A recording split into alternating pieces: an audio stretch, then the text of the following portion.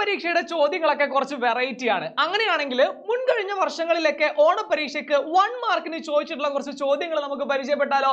നേരെ നമ്മൾ ക്വസ്റ്റ്യൻസിലേക്ക് പോവാണ്. ആദ്യം 2023 1 മാർക്കിന് ചോദിച്ചിട്ടുള്ള ചോദ്യത്തിലേക്ക് വരാം. ആദ്യത്തെ ചോദ്യം എന്ന് പറയുന്നത് when an electric dipole is placed in a non-uniform electric field. non-uniform electric fieldൽ ഒരു ഇലക്ട്രിക് ഡൈപോൾ പ്ലേസ് ചെയ്ത് കഴിഞ്ഞാൽ it will experience, അതിന് എന്തൊക്കെ എക്സ്പീരിയൻസ് ചെയ്യും? നമുക്കറിയാം യൂണിഫോം ഇലക്ട്രിക് ഫീൽഡിലാണെങ്കിൽ it experience a torque ആണ്. എന്നാൽ നോൺ യൂണിഫോം ഇലക്ട്രിക് ഫീൽഡ് ആണെങ്കിൽ അവിടെ ടോർക്ക് മാത്രമല്ല നമുക്ക് കാണാൻ വേണ്ടി പറ്റും, നെറ്റ് ഫോഴ്സും നെറ്റ് ടോർക്കും അവിടെ ആ ബോഡിയിൽ ആക്ട് ചെയ്യുന്നുണ്ട്. സോ ഓപ്ഷൻ സി ആണ് റൈറ്റ് ആൻസർ ആയിട്ട് നമുക്ക് കാണാൻ വേണ്ടി പറ്റുന്നത്. Then അടുത്തത് a charge q is placed at the center of a cube of side A. അതായത് Q എന്ന് പറയുന്ന ചാർജിനെ നമ്മൾ ഒരു ക്യൂബിനകത്ത് കൊണ്ടുപോയി പ്ലേസ് ചെയ്യുന്നു. ഒരു ക്യൂബിനകത്ത് കൊണ്ടുപോയി പ്ലേസ് ചെയ്ത് കഴിഞ്ഞാൽ എവിടെയാണ്? ക്യൂബിന്റെ സെന്ററിലാണ് നമ്മൾ കൊണ്ടുപോയി പ്ലേസ് ചെയ്യുന്നത്. സോ ക്യൂബിന്റെ സെന്ററിൽ നമ്മൾ ആരെ കൊണ്ട് പ്ലേസ് ചെയ്യുന്നു? Q എന്ന് പറയുന്ന ചാർജിനെ കൊണ്ടുപോയി പ്ലേസ് ചെയ്ത് കഴിഞ്ഞാൽ the electric flux through one of its phases is, അതിന്റെ ഒരു ഫേസിൽ, അതായത് ഒരു ഭാഗത്ത്, ഏതെങ്കിലും ഒരു ഫേസ് നമ്മൾ എടുക്കാം, ഈ ഫേസിൽ അനുഭവപ്പെടുന്ന ഇലക്ട്രിക് ഫ്ലക്സ് എത്രയാണ്? ഇത് വളരെ ഇമ്പോർട്ടന്റ് ആയിട്ടുള്ള ഒരു പോയിന്റ് ആണ്, നിങ്ങൾ മനസ്സിലാക്കി വെക്കണം. അത് Q/6ε0 എന്ന് പറയുന്നതാണ്. Q/6ε0 എന്ന് പറയുന്നതാണ് ഒരു ഫേസിൽ അനുഭവപ്പെടുന്ന ഇലക്ട്രിക് ഫ്ലക്സ് എന്ന് പറയുന്നത്. ദെൻ അടുത്തതാണ് electric potential at infinity is, ഇൻഫിനിറ്റിയിൽ അനുഭവപ്പെടുന്ന ഇലക്ട്രിക് പൊട്ടൻഷ്യൽ എന്താണ്? നമുക്ക് മനസ്സിലാക്കാൻ വേണ്ടി പറ്റണം.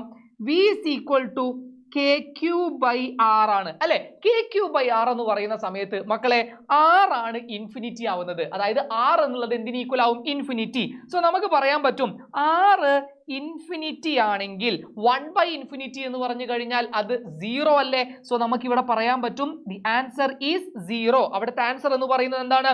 0 ആണ്. SI യൂണിറ്റ് ഓഫ് കപ്പാസിറ്റൻസ്, കപ്പാസിറ്റൻസിന്റെ SI യൂണിറ്റ് എന്താണ്? അത് മറ്റൊന്നുമല്ല, അത് ഫാരഡ് ആണ്.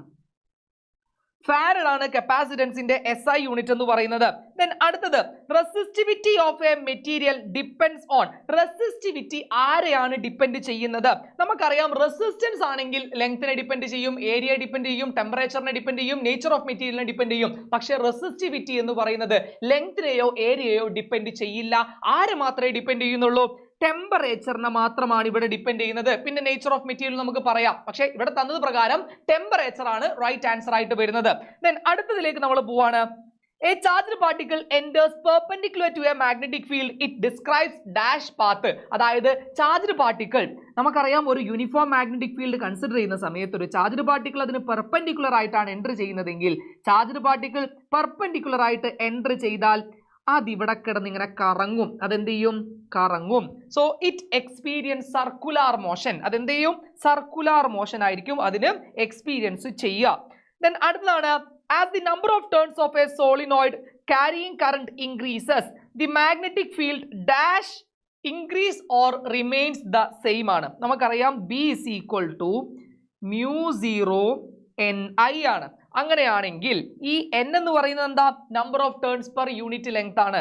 അഥവാ നമുക്ക് പറയാൻ വേണ്ടി പറ്റും μ0 ക്യാപിറ്റൽ N/L ആണ് അല്ലെ? ഈ സ്മോൾ ലെറ്റർ n നമുക്ക് ക്യാപിറ്റൽ N/L എന്ന് എഴുതാൻ വേണ്ടി പറ്റും. സോ നമ്പർ ഓഫ് ടേൺസ് ആണ് n. n ഇൻക്രീസ് ചെയ്താൽ സ്വാഭാവികമായിട്ടും b യും ഇൻക്രീസ് ചെയ്യില്ലേ? സോ നമുക്ക് പറയാം ഇൻക്രീസസ് ആണ് റൈറ്റ് ആൻസർ ആയിട്ട് വരുന്നത്. ഓക്കെ, ദെൻ അടുത്തൊരു ക്വസ്റ്റ്യൻ പേപ്പറിലേക്ക് നമുക്ക് പോവാം. 2019 ക്വസ്റ്റ്യൻ പേപ്പർ ആണ്. 2019 ചോദ്യം എന്താണ്? Free charges are integral multiple of basic unit of charge. This fact is known as, ഇതിനെയാണ് നമ്മൾ ക്വാണ്ടൈസേഷൻ എന്ന് വിളിക്കുക. അഥവാ Q is equal to Ne എന്ന് നമ്മൾ പറയുന്നത്. Then അടുത്തതാണ് write the expression for effective capacitance of the combination shown below. മക്കളെ കപ്പാസിറ്ററുകളെ C1നെയും C2നെയും ഇവിടെ കണക്ട് ചെയ്തത് പാരലൽ ആയിട്ടാണ്. പാരലൽ കോമ്പിനേഷൻ ആണെങ്കിൽ അത് നമ്മൾക്ക് ഒറ്റ ആൻസറേ പറയാൻ പറ്റൂ. C is equal to C1 plus C2. Okay, then അടുത്ത ക്വസ്റ്റ്യനിലേക്ക് നമുക്ക് പോവാം. A uniform metallic wire of resistivity rho is stretched to double its length. The resistivity of the elongated wire is, അതായത് റെസിസ്റ്റിവിറ്റി എന്ത് ചെയ്യില്ല? മാറില്ല. ലെങ്ത് മാറിയാലും resistivity മാറില്ല എന്ന് മനസ്സിലാക്കുക. Then state ampere circuital theorem. എന്താണ് ആംബിയർ സർക്യൂട്ടൽ തിയറം എന്ന് പറയുന്നത്? The line integral of magnetic field around a closed loop is equal to μ0 times the net current enclosed എന്നാണ് നമ്മൾ ആംബിയർ സർക്യൂട്ടൽ തിയറത്തിന് പറയാം. സോ അതാണ് നമ്മൾ എഴുതി കൊടുക്കേണ്ടത്. B dot D L is equal to integral B dot D L is equal to μ0 എന്ന് പറയും. Okay ആണല്ലോ, റെഡി. അങ്ങനെയാണെങ്കിൽ 2018 ക്വസ്റ്റ്യൻ പേപ്പറിൽ 1 മാർക്കിന് ചോദിച്ച ചോദ്യത്തിലേക്ക് പോവാം. Moving electron producers. Moving electron എന്ത് പ്രൊഡ്യൂസ് ചെയ്യുന്നുണ്ട്? Both electric and magnetic field produce ചെയ്യുന്നുണ്ട്.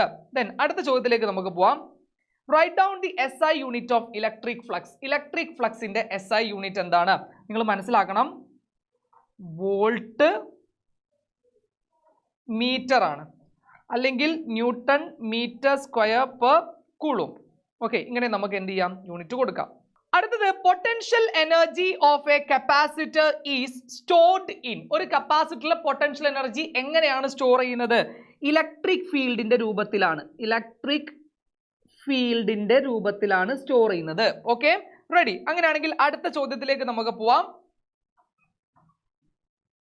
When a magnetic needle placed in a non-uniform magnetic field, it experience. Non-uniform magnetic field ആണെങ്കിൽ നേരത്തെ പറഞ്ഞ പോലെ നമുക്ക് എന്താ ചെയ്യാം? ഫോഴ്സും ടോർക്കും എക്സ്പീരിയൻസ് ചെയ്യും. നമ്മൾ ആ ഒരു ക്വസ്റ്റ്യൻ കണ്ടതാണ്. Okay, ready. ഇനി 2017 ക്വസ്റ്റ്യൻ നോക്കുകയാണെന്നുണ്ടെങ്കിൽ നമ്മളിപ്പോൾ ഈ കണ്ട ക്വസ്റ്റ്യൻസിലെല്ലാം ഈ ക്വസ്റ്റ്യൻ പേപ്പർ ചെക്ക് ചെയ്യുന്ന സമയത്ത് പല ക്വസ്റ്റ്യൻസും എക്സ്ട്രാ കാണാൻ വേണ്ടി പറ്റും. അതെല്ലാം ഡിലീറ്റഡ് ടോപ്പിക് എന്നുള്ളതാണ്. അതുകൊണ്ട് അതൊക്കെ ഒഴിവാക്കിയിട്ടാണ് ഞാനിത് ചെയ്യുന്നത്. ഓക്കെ, then അടുത്തതിലേക്ക് നമുക്ക് പോവാം. 2017 ക്വസ്റ്റ്യൻ പേപ്പർ ആണ്. All the free charges are integral multiple of basic unit of charge. This property of charge is called quantization of electric charge. ഇതിനെയാണ് നമ്മൾ quantization of electric charge എന്ന് പറയുന്നത്. Then അടുത്തത്, how much work is done in moving an electric charge between two points on an equipotential surface? അത് 0 ആണ്. Okay, 0 ആണ് വരുന്നത്.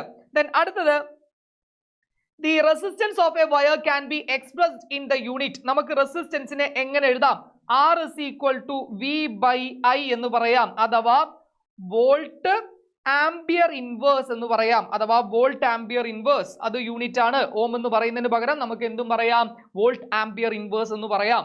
Then അടുത്തത്, parallel current repel and anti parallel current attract. State whether this statement is true or false. അല്ല, നേരെ തിരിച്ചാണ് വരുന്നത്. So നമുക്ക് പറയാം ഇത് ഫോൾസ് ആണ്.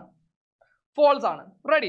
അപ്പം ഇത്രയും ക്വസ്റ്റ്യൻസ് ആണ് നമ്മൾക്ക് മുൻ കഴിഞ്ഞിട്ടുള്ള വർഷങ്ങളിൽ നമുക്ക് എന്ത് ചെയ്തിട്ടുള്ളത്? ചോദിച്ചതായിട്ട് ഇവിടെ കാണിക്കാനുള്ളത്. സോ ഇതുപോലെ തന്നെ നിങ്ങൾ എന്ത് ചെയ്യുക? മാക്സിമം ക്വസ്റ്റ്യൻസ് വർക്ക്ഔട്ട് ചെയ്യാം.